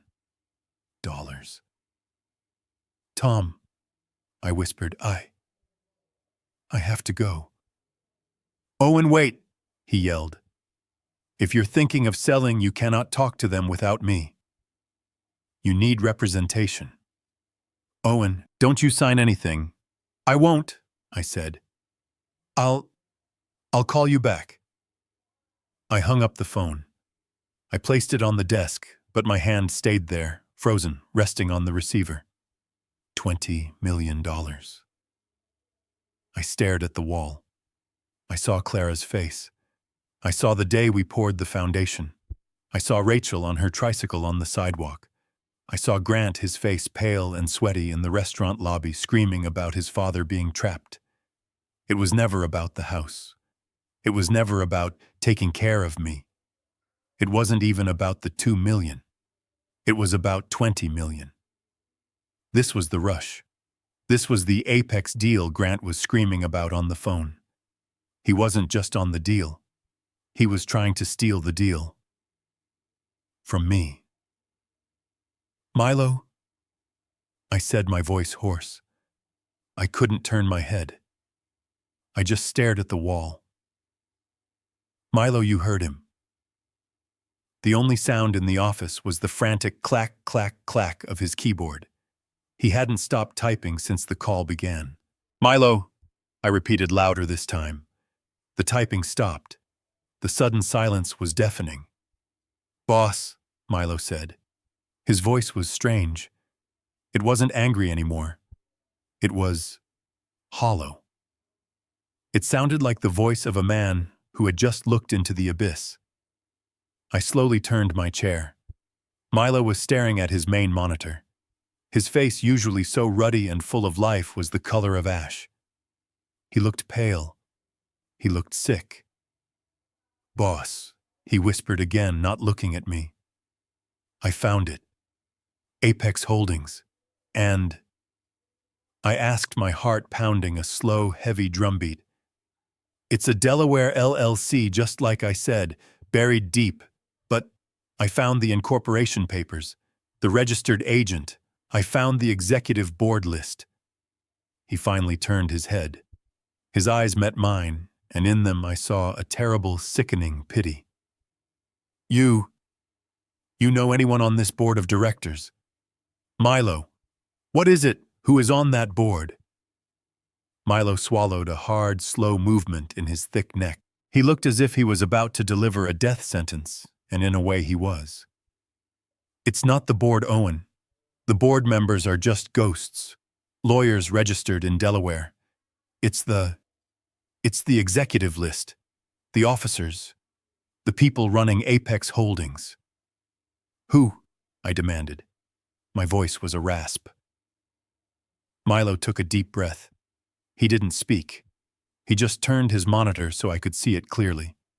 He pointed with one of his thick, calloused fingers, a finger that was shaking slightly, at the list of names. President. Vice President. And then the third name on the list. The Chief Financial Officer. Milo read his voice flat and dead. The man who signs the checks. The man who handles the money. He looked me straight in the eye. It's Grant. The name hung there in the dusty air of the workshop. Grant. My son-in-law. It wasn't a shock, not really. It was heavier than that. It was the final brutal piece of the puzzle slamming into place. It was the sound of a coffin lid closing. Grant, I repeated. The name tasted like ash. $20 million. Rezoning 7. Apex Holdings. The urgent phone call on my porch about the Apex deal. The fake startup. The $500,000 I gave him. My God. I sank back into the squeaky visitor's chair. He didn't lose my money. He used it. He used my retirement money, my $500,000, to fund this, to start Apex, to buy out my neighbors. It looks that way, Owen, Milo said grimly. He took your $500,000 and he's using it to leverage a $20 million steal from you. And Rachel, my daughter, my little girl. I'll distract him. You go change the locks. It all made sense now. The horrific, perfect, sickening sense of pure, calculated greed. They didn't just want the house. They needed the house. They needed it now. They're on a deadline. I said the words coming out cold and clipped the contractor in me analyzing the critical path. Tom said the deal just got pushed through. Apex has all the other lots, except mine. My lot is the centerpiece. Without my 2 acres, the whole $20 million campus fails. Milo nodded, his face dark. They can't wait for you to die, Owen. They can't risk you finding out from Tom or someone else. They need to secure the property before the deal closes and the price becomes public. So they install a new system, one they control. I continued, the coldness spreading from my gut to my fingertips. They get me out of the way with a fake fishing trip. They use Simon to change the locks. And when you come home, Milo finished, his voice a low growl, your key doesn't work. Your old alarm code is useless. They're inside. They tell you it's for your safety. They offer you a guest room. They pressure you. They tell you you're confused. And I'm locked out, I whispered. Homeless. The realization hit me with the force of a physical blow. Milo, the POA, the financial power of attorney he tricked me into signing. Milo's eyes widened in dawning horror. Owen, no. Yes, they don't even need me to sign the deed. Grant can sign it for me. He can legally sell my house right out from under me, and I can't do a damn thing to stop him. And Rachel, she was the linchpin. She was the one who could sell the story. The loving, grieving daughter forced to take control because her poor old father had lost his mind. They weren't just trying to steal my house. They were trying to steal my life, my identity, my sanity, all for $20 million. I looked at Milo. The fog of grief that had surrounded me for 6 long, dark months finally burned away. The sadness was gone. The confusion was gone. All that was left was a core of cold, hard diamond. Pure, unadulterated rage. They thought I was a confused old fool. They thought I was a senile, grieving widower who could be pushed aside. They had used Clara's memory against me. They had used my love for my daughter against me. They had used my trust. They were about to find out how wrong they were. I picked up my old flip phone. I looked at Milo. "Milo," I said, and my voice was no longer weak. It was no longer the voice of a victim. It was the voice that had run construction crews for 40 years. It was the voice of a man who builds things and a man who knows better than anyone how to tear them down. "Call Ms. Diaz. Tell her it's an emergency." Milo grinned a slow, wolfish expression. "Ms. Diaz the shark. I like where this is going, boss." "Yes," I said, standing up. I felt steady for the first time in months. "Tell her to clear her schedule for tomorrow morning. It's time this confused old fool taught his children a lesson in respect." Milo's face was stone. "Boss, if what you're saying is true, if that POA is financial, they don't need to wait. They don't need your permission. Grant can sell that house right out from under you today." "No," I said, the coldness spreading. "He can't. Not yet. Clara and we set up the trust differently. It's complicated. He needs a second signature, or he needs me declared incompetent. They tried the incompetent route last night and it failed. They know they're running out of time before I find out why they're so desperate." "So what's the play?" Milo asked. "They think I'm a confused old fool at a fishing lake," I said. "Let's not disappoint them. They want the house, I'm going to give it to them." Milo just stared at me. "Owen, have you finally lost your mind?" "No." I said, a cold, hard plan forming. "I'm going to make them so thirsty for it, so close, they can taste it, that they stop thinking. I need your phone, one of your burners, something they can't trace back to this office." Milo reached into a desk drawer filled with old wires and parts and pulled out a beat-up old-school flip phone. "Prepaid, registered to a ghost. Go nuts." I took the phone. My hands were perfectly steady. I dialed Rachel's number. I took a deep, shuddering breath, and when I spoke, I let all the strength drain out of my voice. I summoned the memory of myself in the hospital the week Clara died. I summoned that hollowed-out, exhausted man. She picked up on the first ring. Her voice was sharp, anxious. "Hello? Hello, who is this?" "Rachel," I whispered. I made my voice crack. I made it sound weak. "Sweetheart, it's Dad." The silence on the other end was electric.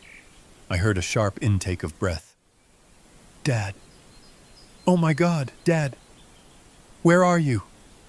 Are you okay? We were so worried. Your phone. Why are you calling from this number? Is everything all right?" We were so worried. The lie was so fast, so practiced.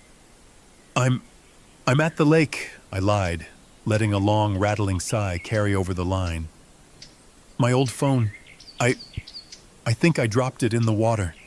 It won't turn on. I'm at the bait shop, sweetheart. I had to borrow their phone. Dropped it in the water. Oh, Dad." Her voice was thick with a sickening fake pity. "Are you all right? You sound just awful." "I'm tired, Rachel," I whispered.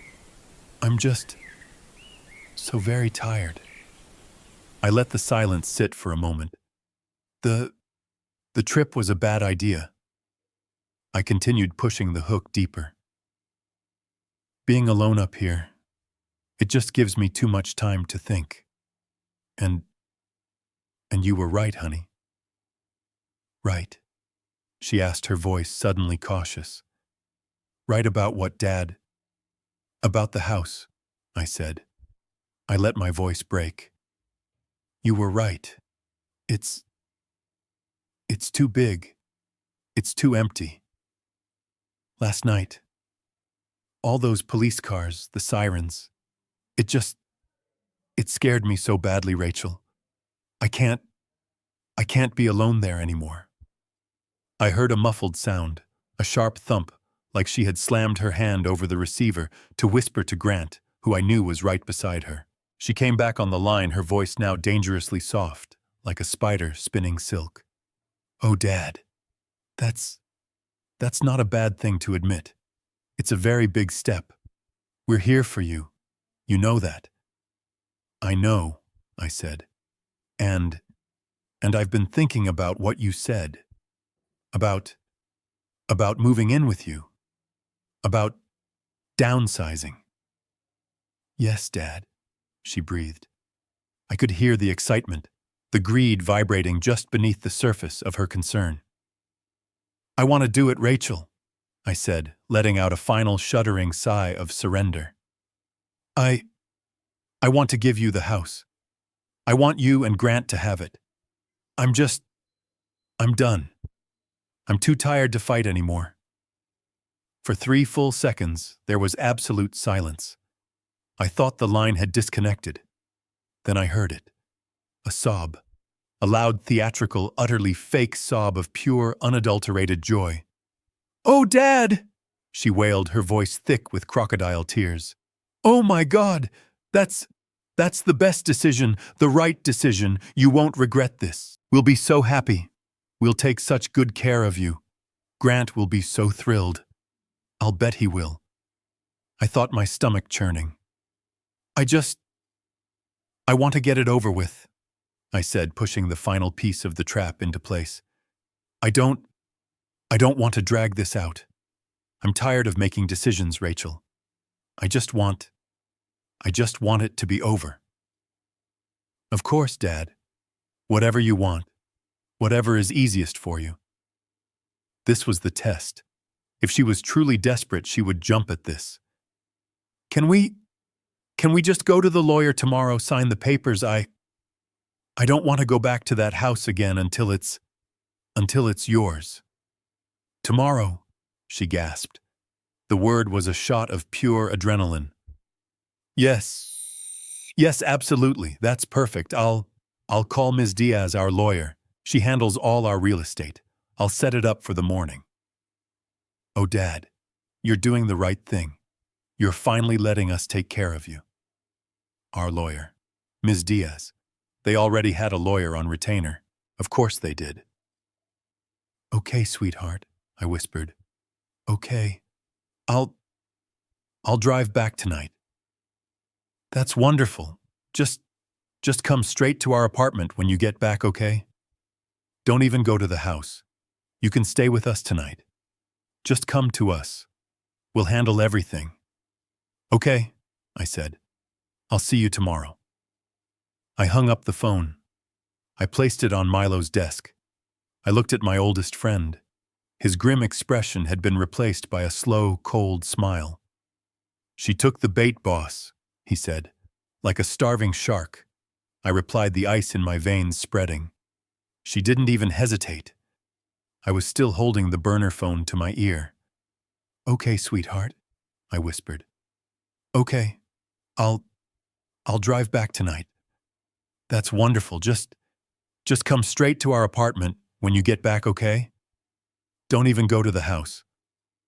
Her voice was still cooing, full of that sick, sweet poison, but my thumb was already moving to the end button.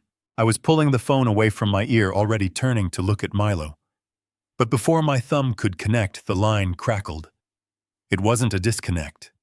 It was a fumbling sound, the sound of the phone being dropped against her chest or muffled against her shoulder. She must have thought the call was over. She must have thought the confused old fool was disconnected, gone already, driving back defeated. And then I heard it. It wasn't her sweet, concerned daughter voice. It wasn't the fake, tearful voice. This was a sound I had never heard from her in her entire 42 years of life. It was a raw, triumphant, unrestrained shriek. Grant! The sound was so sharp, so sudden it made me physically flinch. I froze, my thumb hovering over the button. Milo, watching my face, went completely still. "Grant, oh my God, he bought it!" I stood paralyzed, the phone still pressed to my ear, listening to my daughter celebrate. "We did it!" she screamed. Her voice was giddy, breaking with a hysterical, joyous laughter that chilled me to the marrow of my bones. "He agreed, the confused old fool finally agreed to sign. The house is ours, we did it." The confused old fool, not Dad, not my father. The confused old fool. It wasn't just betrayal. It was contempt. It was the sound of a predator slick with victory standing over its kill. And I was the kill. I stood there in Milo's grimy office, listening to my daughter dance on my grave. I heard Grant's voice muffled in the background, just as ecstatic. "Are you serious? He's coming tomorrow. He's signing tomorrow." "Yes!" Rachel shrieked, laughing so hard she sounded like she was choking. "He dropped his phone in the lake. He's using a bait shop phone. He's completely broken. He said he's tired of fighting, that he just wants us to take care of him. He's driving back tonight and coming straight to our apartment. He doesn't even want to go back to the house." I heard a sharp slap, a high five, a sound of pure celebration. "It's over, baby." Grant's voice came through clearer now, arrogant. "It's finally over. That 20 million, it's ours." 20 million. He said the number.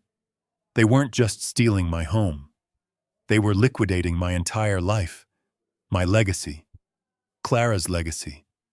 They weren't taking care of me. They were disposing of me. They were going to put me in their guest room, the confused old fool, while they sold my life's work to the highest bidder. The $500,000 I gave Grant wasn't a loss. It was an investment. He had used my own money, my retirement, Clara's security, to fund the very scheme to destroy me. And Rachel, my daughter, she was his willing, gleeful accomplice. The memory of her at Clara's funeral, her face a perfect mask of grief, flashed in my mind. Had they been planning this even then? Had they looked at my wife dying in that hospital bed and seen nothing but a roadblock to their payday? I heard more muffled sounds, more joyous, whispered congratulations. And then finally, click. The line went dead. She had finally hung up, never knowing I had been her silent, horrified audience. I slowly, deliberately lowered the burner phone. I placed it gently on Milo's desk, right next to the blueprints for a job I no longer cared about.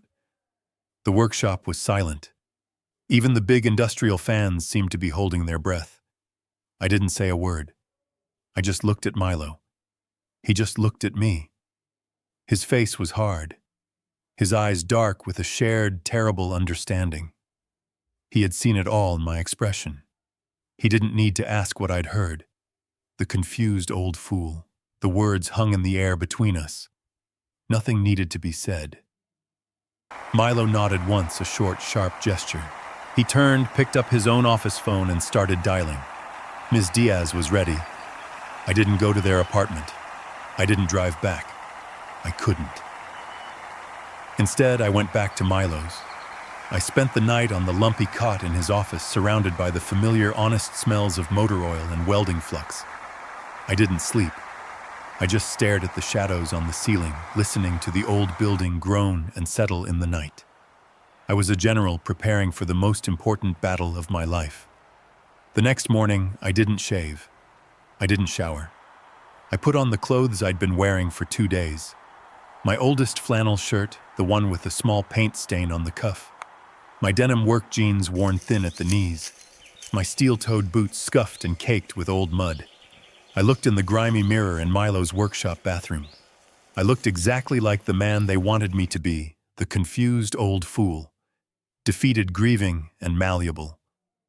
Milo drove me downtown, his face set in stone. "You sure about this, boss? You look like hell." "That's the point, Milo," I said. "You wait in the lobby. Don't come in unless I call you. But keep your phone on."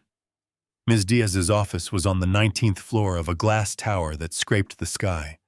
The kind of place where the air itself seemed to cost money. I shuffled in my old boots, looking obscene on the plush, silent gray carpet. The receptionist, a young woman with a sharp suit and a sharper nose, looked at me like I was a spill she needed to clean up. "Owen Mitchell," I mumbled, looking at the floor. I'm here with my daughter, Rachel Hayes." "Yes, Mr. Mitchell," she said, her voice tight with disapproval. "They are waiting for you in conference room A." I followed her down a long, bright hallway. She pushed open a heavy glass door, and there they were. They weren't just happy, they were radiant. It was like they had won the lottery. No, it was like they had stolen the lottery and knew absolutely that they were getting away with it. Rachel was in a cream-colored pantsuit that probably cost more than my truck. Grant stood beside her in a crisp navy suit, a new gold watch gleaming on his wrist. They were standing by the floor-to-ceiling window, looking down at the city spread out below them. Their city. "Dad!" Rachel trilled. She rushed over her heels, sinking into the carpet. She threw her arms around me, pulling me into a hug that felt like steel. I could smell her expensive perfume. It was suffocating. "Oh, Dad, I am so proud of you," she whispered, her voice thick with fake emotion. "You are doing the right thing, Mom. Mom would be so proud too." The use of Clara's name was a deliberate twisting knife. I had to clench my jaw to keep from recoiling. I just patted her back, my hand limp and dirty against her clean, expensive suit. "Okay, sweetheart. Okay." Grant strode over, his smile wide and victorious. He didn't hug me. He clapped me on the shoulder, a hard, proprietary gesture, a gesture of ownership. "Owen, glad you made it. Glad you came to your senses." He then gestured to the woman sitting at the head of the massive, polished mahogany table. "Ms. Diaz." She was exactly as I remembered her from when Clara and I had drawn up our wills. She was in her 50s with sharp features, hair pulled back in a severe bun, and eyes that missed nothing. A hawk in a $1,000 suit. She was my shark. She met my gaze for a fraction of a second. No recognition. No emotion. She was a professional. But Grant, in his monumental, blinding arrogance, thought she was his. "Dad," he said, his voice booming with the false kindness one uses for a child or a simpleton. "I want you to meet our lawyer. This is Ms. Diaz. She handles all our real estate. She's the best. She's going to take care of everything for us." He turned to Ms. Diaz. "Ms. Diaz, this is my father-in-law, Owen Mitchell." He was introducing me to my own lawyer, the woman who Milo and I had been on a 3-hour strategy call with last night, the woman who had already drafted the fraud liens and the civil complaint. I played my part. I shuffled my feet, looked at the floor, and gave a small, nervous nod. "Ma'am," I mumbled. "Mr. Mitchell," she replied, her voice a flat, neutral monotone. "Please, sit." They took their seats on one side of the table like a king and queen holding court. I took the seat opposite them alone, my old work clothes looking pathetic against the vast, polished wood. "Well," Grant said, rubbing his hands together, the picture of eager success. "Let's get this show on the road. We have celebratory lunch reservations at noon." "Of course," Ms. Diaz said. She slid a thick stack of documents across the table. It must have been 200 pages bound in a neat professional blue cover. Grant's eyes lit up. This was it. The prize. The $20 million. He reached for the stack eagerly, his fingers almost trembling as he pulled it toward him. He smiled at Rachel, a quick, triumphant flash of teeth. He flipped open the cover, his eyes scanning the first page, ready to see the words, "Deed transfer, ready to sign, ready to claim his victory." Grant pulled the thick, bound document across the polished mahogany. He was still smiling, that wide, predatory grin of a wolf who had cornered its prey. He looked at Rachel and gave her a quick, triumphant wink. He was the king of the world, the man who had outsmarted everyone. He was the CFO. He was the man in charge. He flipped open the blue cover. I watched his face. It was, I decided, the single most satisfying moment of the last 6 agonizing months. The smile didn't just fade. It froze. It cracked. His eyes, which had been bright with a $20 million greed, narrowed in sudden, sharp confusion. His brow furrowed. He read the first page, his lips moving silently. I could almost hear him sounding out the words in his head. Superior Court, civil complaint. Plaintiff Owen Mitchell. Defendants Grant Hayes, Rachel Hayes. He looked up. His face was pale, his eyes darting wildly from the paper to Ms. Diaz, and then finally to me. "Wait," he said. His voice, usually so smooth and confident, was a hoarse whisper. This isn't the deed. This isn't the house transfer. There's a mistake." I leaned forward in my old creaking chair, the chair I had deliberately chosen. I let the silence stretch for 1, 2, 3 beats. I let him hang there, suspended in his own disbelief.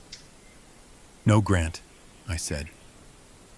My voice wasn't weak anymore. It wasn't the voice of the confused old fool from the fishing lake. It was the voice that had run million-dollar construction sites for 40 years. It was cold. It was hard. It was final. "It's not." Grant's head snapped toward Miss Diaz as if expecting his hired help to fix this. What is this?" he stammered. "There's been a mistake. We're here to sign the deed to my father-in-law's house. He's gifting it to us." "There is no mistake, Mr. Hayes," Mrs. Diaz said. Her voice was flat, clinical, devoid of all emotion. It was the voice of a surgeon about to amputate a gangrenous limb. She tapped the document with a single perfectly manicured finger. "What you are looking at," she continued, "is a civil complaint. Owen Mitchell versus Grant and Rachel Hayes. It is being filed with the Superior Court in exactly 1 hour." Grant looked like he'd been punched in the gut. A complaint for what?" "For passant," Ms. Diaz said. "Repayment and damages totaling $1.5 million. Grant's face went from white to a strange blotchy red. 1.5 million. That's insane for what?" Ms. Diaz picked up the top page as if reading from a script. "For starters, civil fraud, embezzlement based on the misappropriation of funds, using a fraudulently obtained financial power of attorney. Forgery for the digital signature used to authorize commercial services at Mr. Mitchell's property without his knowledge or consent." She looked up from the page, her cold eyes pinning Grant to his chair. "And," she added, "criminal conspiracy to commit elder abuse and financial fraud." Each word landed like a hammer blow. Fraud, embezzlement, forgery, conspiracy, elder abuse. These were not words Grant associated with himself. These were words for low-life criminals, not for men in expensive suits who closed apex deals. He was a criminal. He just hadn't realized it not until this very second. He had been so focused on the 20 million, he had forgotten the price of the crimes he was committing to get it. He tried to speak. A strange gurgling sound came from his throat, but I wasn't looking at him anymore. I turned my head slowly to look at my daughter, Rachel. She hadn't moved. She was still sitting there, frozen in the same position of smug victory she'd had when she walked in. Her hands were still clasped on the table.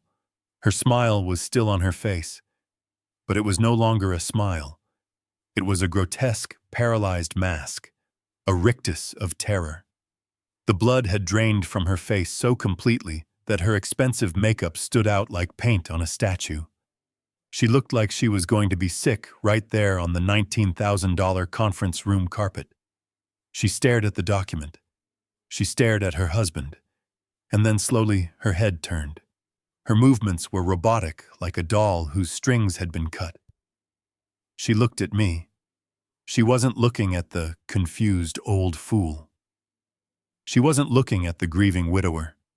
She was seeing for the very first time the stranger sitting across the table. The man in the dirty flannel shirt who had just calmly and deliberately detonated their entire world. Her painted lips trembled. The mask cracked. "Dad," she whispered. Her voice was a tiny, horrified squeak, a sound a mouse might make before the hawk strikes. "Dad, what are you doing?" Her voice was a tiny, terrified squeak. "Dad, what are you doing?" I looked at my daughter. Her face, a mask of civilized, expensive beauty, was finally cracking. The real, ugly fear was showing underneath. "What am I doing, Rachel?" I said. My voice was quiet, but it cut through the silence of that $19,000 conference room like a saw. "I'm just catching up on my reading. I'm just an old man, right? A confused old fool." Her face flinched, a violent physical reaction. She knew. She knew I'd heard her on the phone. "I'm just a confused old fool," I repeated, letting the words hang in the air. "Who's been doing a little research." I leaned forward, my dirty flannel shirt scraping against the polished mahogany. "Tell me about Apex Holdings, Rachel. Tell me about Rezoning 7. And while you're at it, tell me about the $20 million. Rachel went rigid. But Grant exploded. He shot out of his chair, the heavy leather armchair slamming back against the glass wall. His face was a blotchy, furious red. "You!" he shouted, pointing a trembling finger at me. "You son of a bitch! You knew you've been playing us that whole fishing trip. The fake phone call. That whole confused old man act. You set us up." "Set you up?" I asked. I didn't raise my voice. I didn't have to. "No, Grant. I just stopped being the fool you wanted me to be. I just paid attention. You set yourselves up." I turned my head. "Ms. Diaz, do you have the first exhibit?" Ms. Diaz, calm as a statue, reached into her briefcase. She didn't pull out the lawsuit. She slid a single thin folder across the table. "Exhibit A," she said, her voice crisp. "The full server and access logs from the Fortress security system installed at Mr. Mitchell's property 8 days ago." Grant's eyes widened. "It's fascinating reading," I continued, as if discussing the weather. "It shows the installation order, authorized on October 28th. I looked Grant dead in the eye. "I never signed that, Grant." "But you did, using my forged digital signature. The signature you created using a power of attorney I never authorized. That's forgery, Grant." Grant started to speak, but I kept going. "It also shows," I said, "a rather frantic series of login attempts last night. 10 of them, in fact. All trying to access the master admin controls. All failing. You couldn't even guess Clara's birthday, could you? You were trying to lock me out. Instead, you locked your own father in. It's almost poetic." You can't prove any of this," Grant stammered, but the sweat was beading on his forehead. "Oh, but I can," I said. "You're right, Grant. I did do some reading. You're the CFO of Apex Holdings. A very impressive title. You must be very proud." Ms. Diaz, without missing a beat, slid another folder across the table. "Exhibit B, the incorporation documents for Apex Holdings LLC, listing a chief financial officer, Mr. Grant Hayes. The same Mr. Hayes who 2 years ago received $500,000 from Mr. Mitchell for a failed startup." Grant looked like he was suffocating. "But you're a fraud, Grant," I said, the rage I'd been suppressing for 24 hours finally rising. "You're a fraud in every possible way. You used me. You used my grief. And you used my money." I didn't wait for Ms. Diaz. I reached into the old canvas work bag I'd brought from Milo's shop. I pulled out a thick, messy stack of papers held together by a single strained rubber band. They weren't neat. They weren't bound in blue covers.